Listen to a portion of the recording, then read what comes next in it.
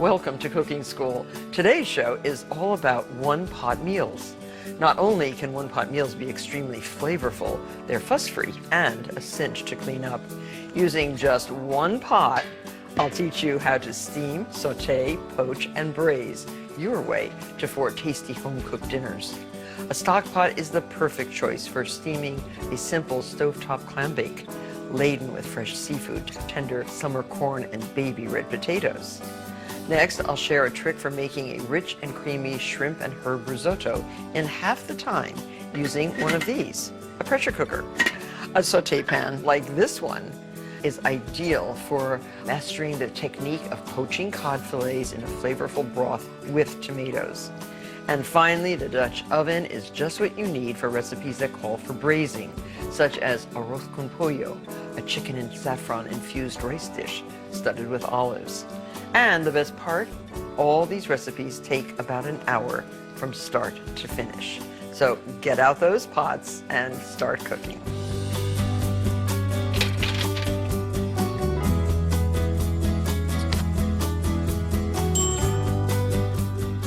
The native tribes of Massachusetts cooked seafood in sand pits lined with seaweed and hot stones for more than 2,000 years. Over the centuries, this practice evolved into the modern-day clam bake at the beach. Today, I'm taking it one step further, simplifying it by cooking it indoors on the stove in one big pot. This method takes the guesswork out of cooking times, and it's considerably easier than digging that great big pit in the sand. You just need a stock pot that's big enough to hold everything. Start with 1 1/4 cup of white wine and 1/4 cup of water. Bring that to a boil and add your aromatics, which consist of 6 cloves of garlic, 2 shallots peeled and cut into quarters, some red pepper flakes, very essential, and 1½ pounds of small red potatoes.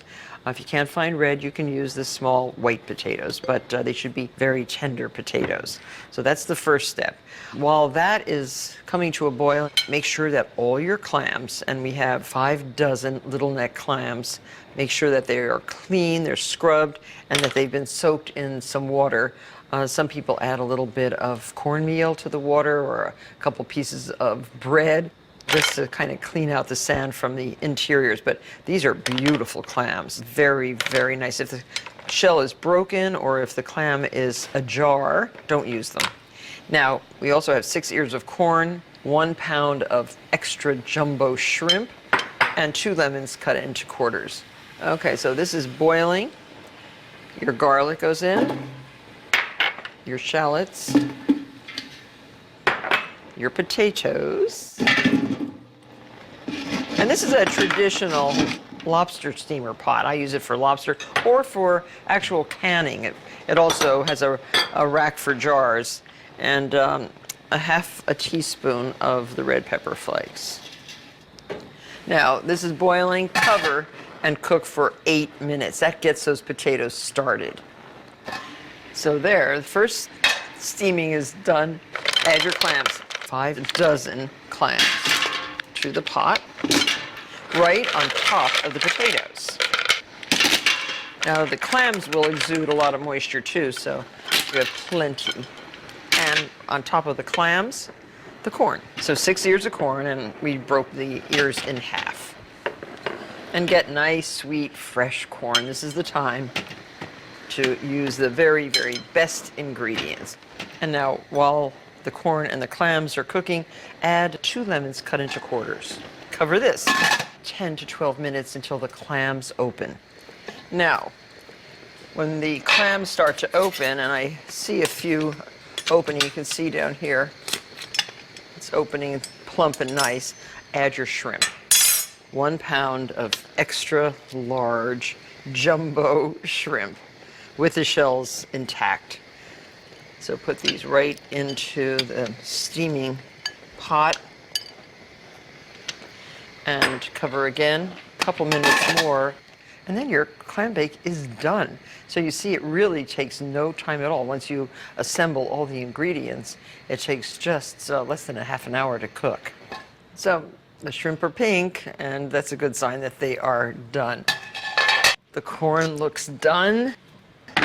the clams are opened, and let the fun begin, the eating. So you can just remove all the shrimp and place them on your tray. I love using this big enamel tray. It's so perfect for clam bakes or lobster roasts. And the corn. And I can't wait to see the potatoes. They are completely buried under the clams. And work quickly so that you get this clam bake hot to the table. But this can be done right on a terrace, on a patio, in a backyard. You don't have to be on the beach for such a fantastic treat. And then for the clams, I like to use a strainer like this. They are perfect. And the clams are plump, really pretty.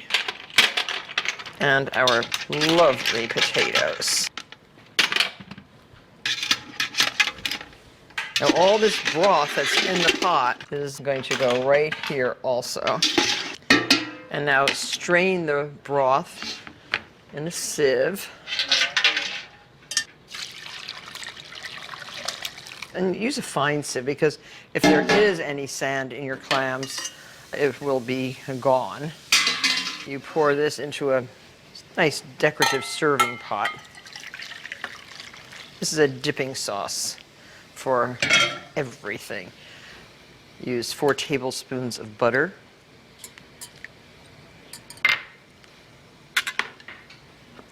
Some parsley, about a half a cup of chopped parsley, and some chopped oregano. Stir that up and put that right over with your lemons and your seafood. It's sure to impress the guests at your next gathering. Everything you need for a really great stovetop clam bake. Make sure you have these nice little cheesecloth wrapped lemons to squeeze over your clams. And how about some Chardonnay? Enjoy.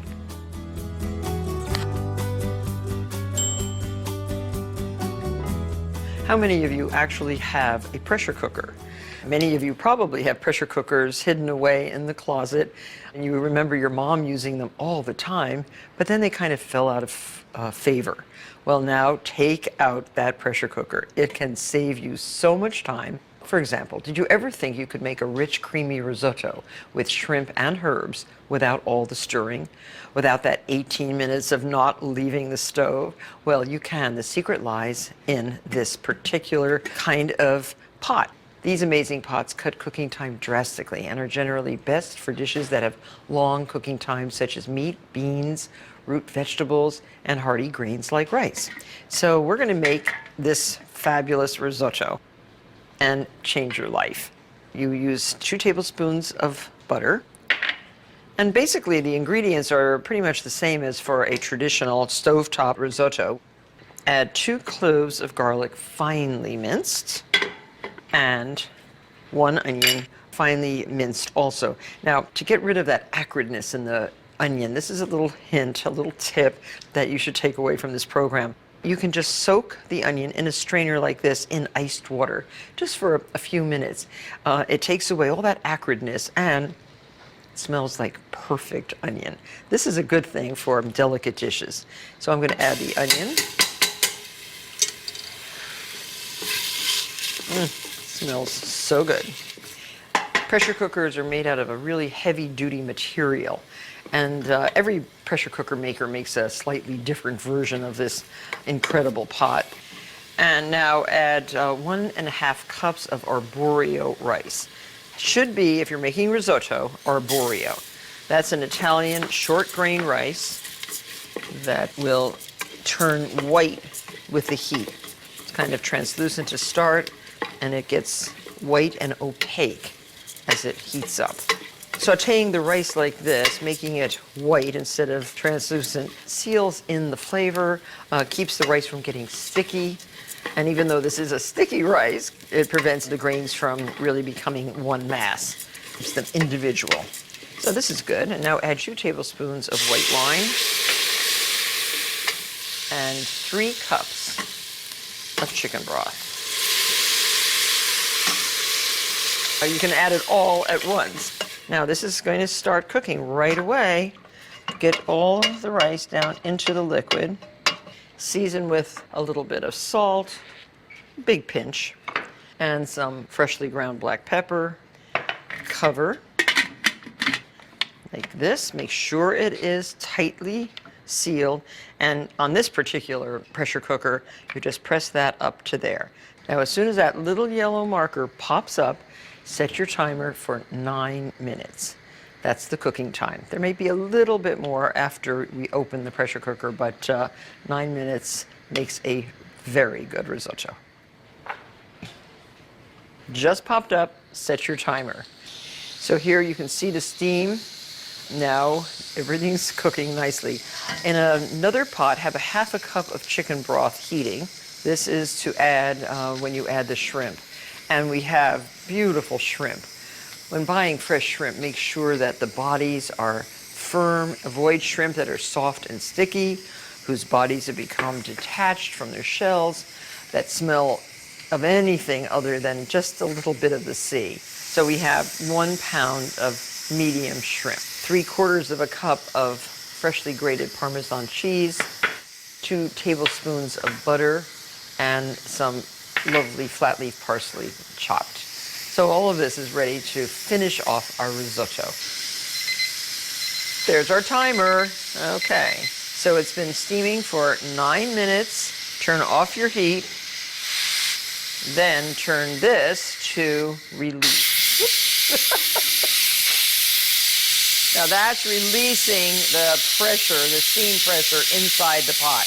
Don't try to open the pot until that stops hissing. And the little yellow indicator is back down. This pot is locked shut until the pressure is released. So even if you try to open it, you'll have a hard time. There, and the button fell down. Now you pull this down like that, and you can open the pot. Looks creamy and good.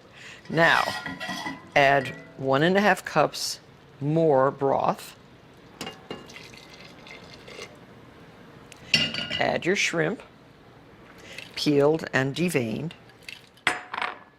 So now, keep your heat on medium-high and evaporate the excess moisture. This is where you develop the creaminess of the risotto.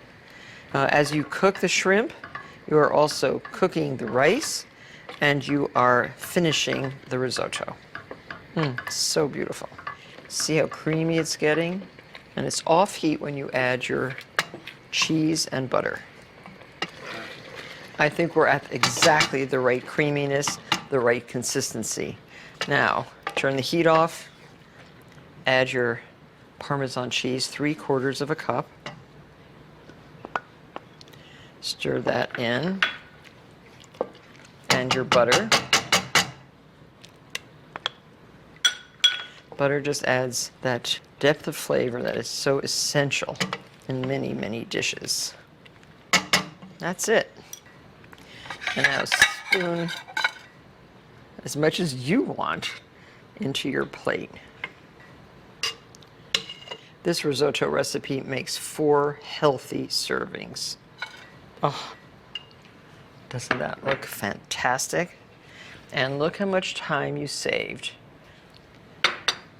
A pressure cooker is a real time saver in the kitchen, as you can see. Enjoy your risotto.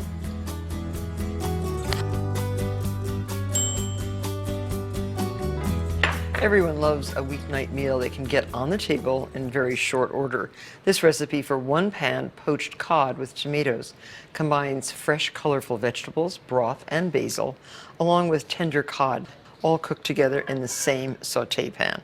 So choose a sauté pan about this size and add 3 cups of chicken broth or vegetable broth, some sprigs of basil, a half pound of potatoes. I'm using these little Peruvian blue potatoes, sliced, a little less than 1/4 of an inch thick. These are very pretty and they cook very nicely. Some cherry tomatoes, 1.5 cups. some red onion, about a half a medium red onion. What we're doing essentially is making a broth. A quarter of a teaspoon of red pepper flakes and 2 teaspoons of salt. Making a poaching broth, a fumet in French. Bring that to a boil, reduce to a simmer, and cook for, about 6 minutes. So we're using cod today, 4-ounce pieces of cod, which is a popular fish that can be found in cold, deep waters of the North Atlantic and the North Pacific. It was once the most plentiful fish, and now coming back from almost extinction, it's become very, very popular once again. The flaky flesh is mild and delicate, and salt and pepper your pieces, and then submerge them in your broth. Poaching is really best for tender cuts such as fish, poultry, certain cuts of pork and veal. Cover and poach on medium-low heat. It takes about 7 minutes. And so there, it's been just about 7 minutes. Add, 4 ounces or so of sliced sugar snaps and a half a cup more of cherry tomatoes, which will brighten up the poaching liquid, and some lemon. Lots of seeds in these lemons, so just like a tablespoon or so of fresh lemon juice. Just after a minute or so, the snap peas look bright green, the cherry tomatoes are pretty and bright. There's quite a bit of broth, so just spoon this into shallow soup plates. And with the vegetables, the colorful vegetables, all around. Healthy, fresh, really delicious. You might want to serve this with a wedge of lemon and a sprig or 2 of fresh basil. And that is, in a matter of minutes, a really delicious, healthy, excellent way to serve fish. Enjoy.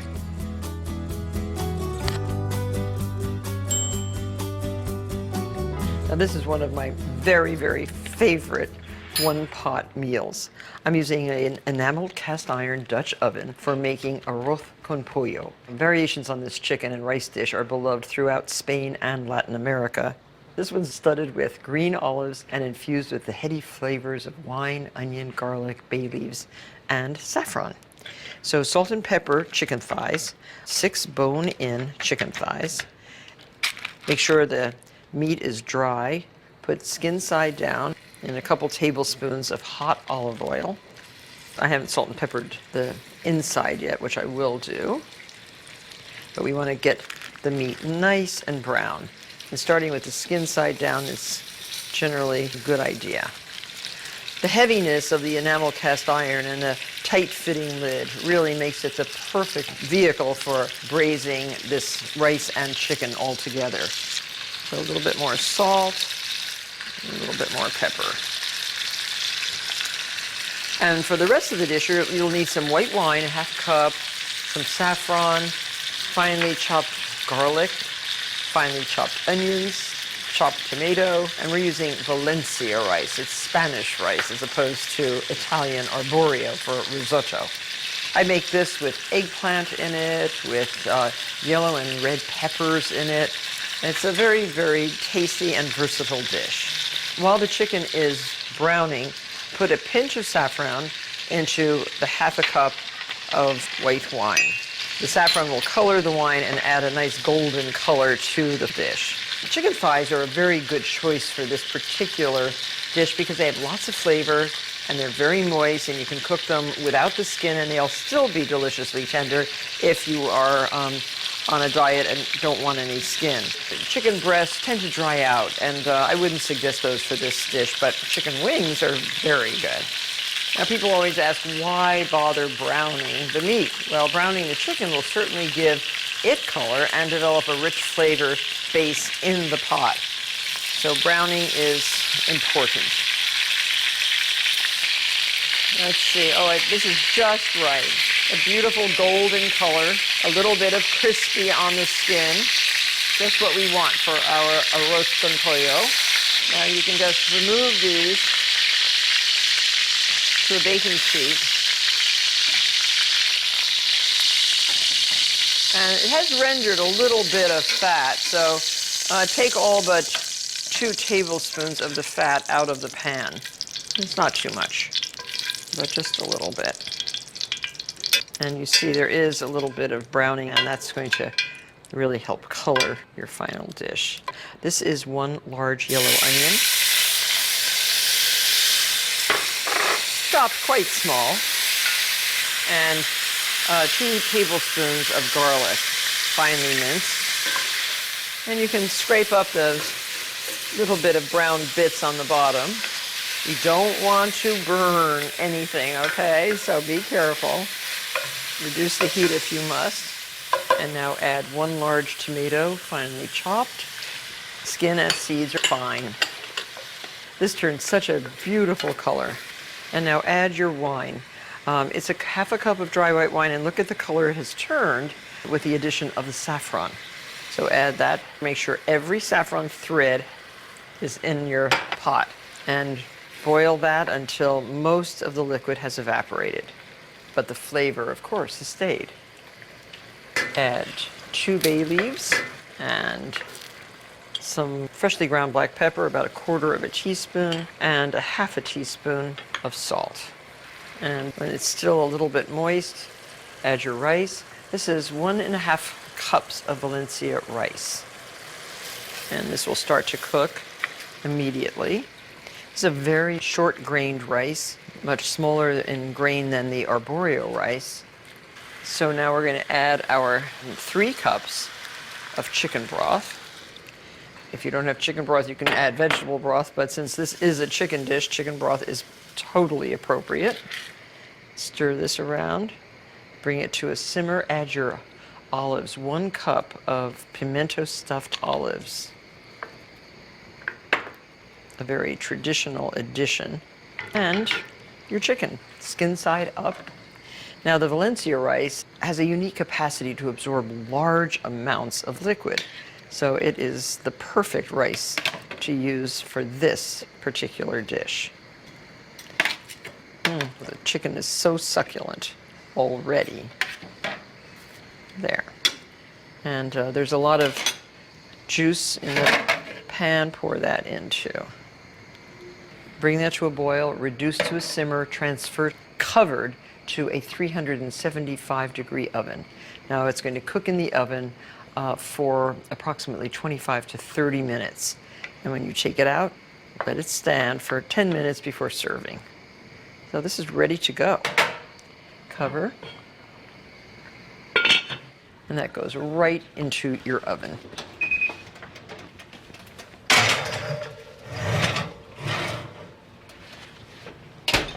Set your timer, 25 minutes. So here's our casserole out of the oven. Would you like to see what it looks like? Unbelievably delicious. Olives, chicken, rice, tomatoes. Easy, healthy, good. Chicken and rice with a Spanish accent. Well, enjoy. And thank you all for joining me today. See you on the next episode of Cooking School. In a slow cooker, combine chopped onion, dried oregano, 2 dried bay leaves, 1 minced chipotle and adobe sauce, crushed tomatoes, and whole tomatoes in puree.